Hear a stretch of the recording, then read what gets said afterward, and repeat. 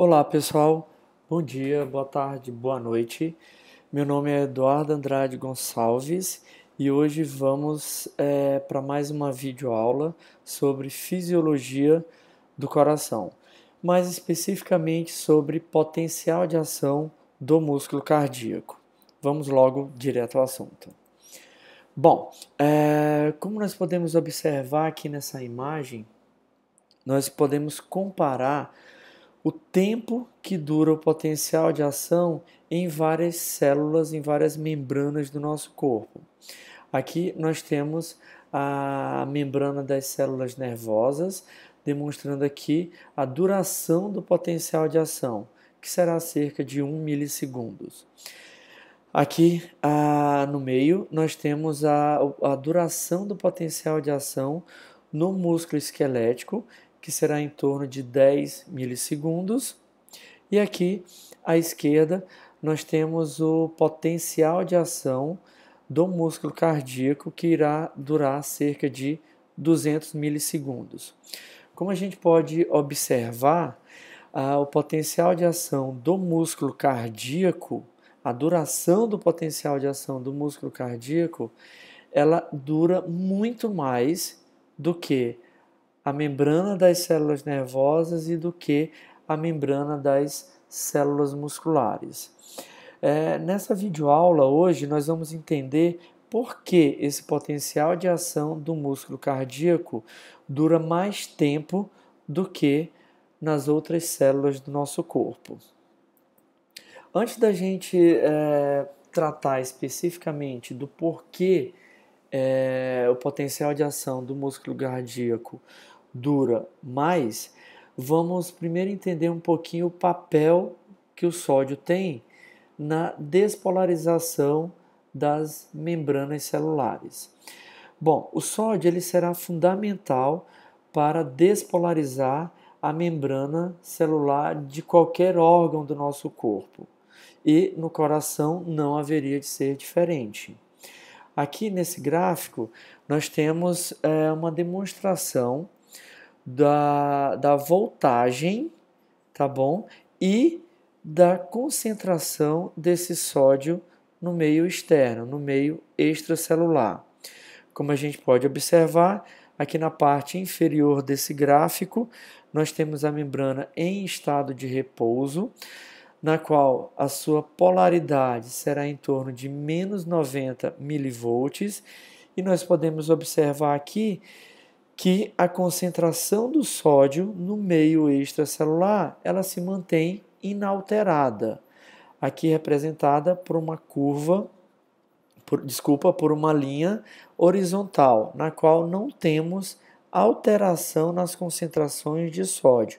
Isso porque em estado de repouso a maioria dos canais de sódio estará fechado.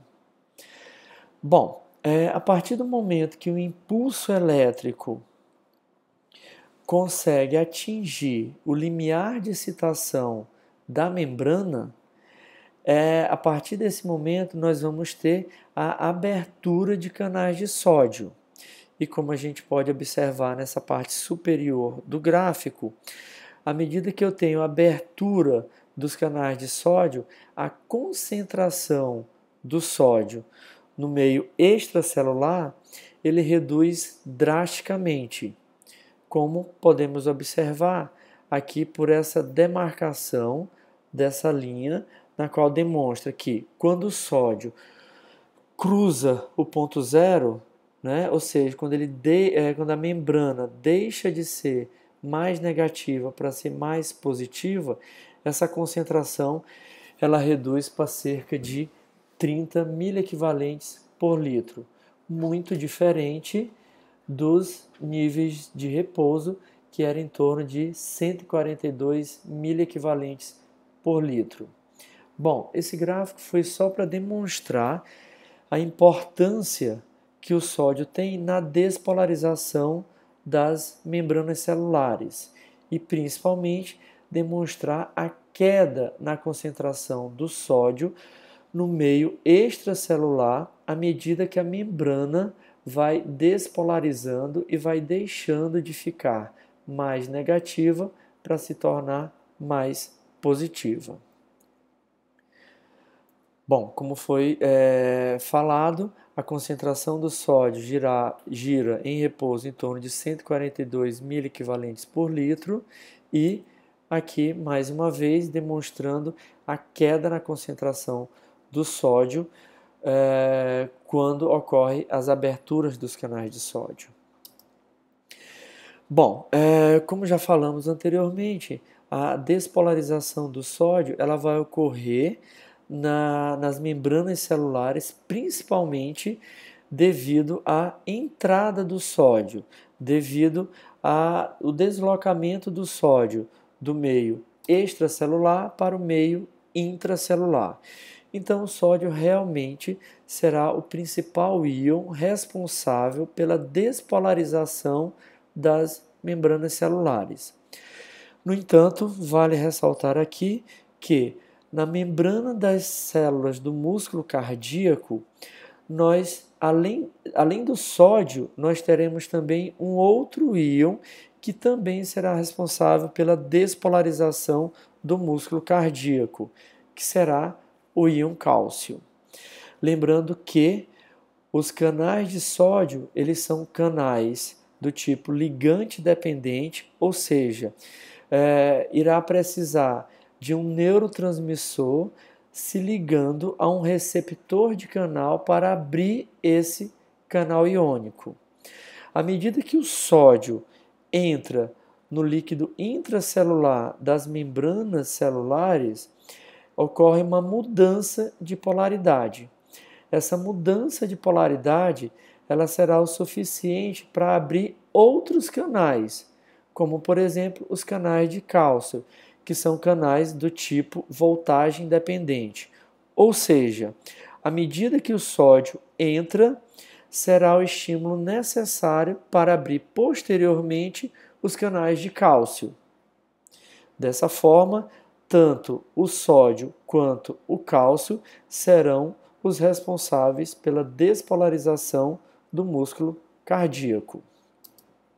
Bom, nesse slide nós temos aqui a demonstração do papel que o sódio e o cálcio terão na despolarização do músculo cardíaco, que nós dividiremos aqui em 4 fases. Na primeira fase, que é considerada a fase 0, nós temos exclusivamente a abertura de canais de sódio. E como a gente pode observar pela imagem, o sódio entra no meio intracelular e irá provocar toda essa fase de despolarização inicial. A seguir, quando essa despolarização atinge um pico, aqui identificado pela fase 1, logo após atingir esse pico, nós teremos abertura de canais de potássio, que irá provocar uma pequena queda na despolarização, que logo em seguida será mantida pela abertura dos canais de sódio, que logo em seguida irão se fechar.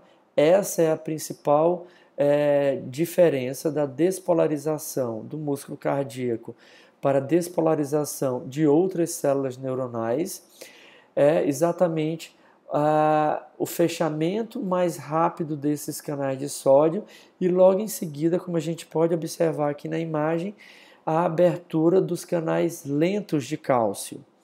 Porque no músculo cardíaco, como foi falado anteriormente, além do sódio, o cálcio também será responsável pela despolarização. Então, resumidamente, esse prolongamento da fase de despolarização observado na fase 2 irá acontecer graças à permanência dos canais lentos de cálcio, logo após o fechamento dos canais rápidos de sódio. Esse cálcio também irá se fechar, esses canais de cálcio também irão se fechar e logo em seguida irá começar a fase 3, aqui identificada pela abertura de canais de potássio. que irá provocar uma queda brusca dessa despolarização, início da repolarização e retorno à fase de repouso. Bom, espero que vocês tenham entendido a principal diferença da despolarização do músculo cardíaco e a despolarização em outras células neuronais. Quem quiser me acompanhar, é só assinar o meu canal no YouTube. Eu tenho também um canal de áudio no Audible e também no Instagram. Obrigado e até mais.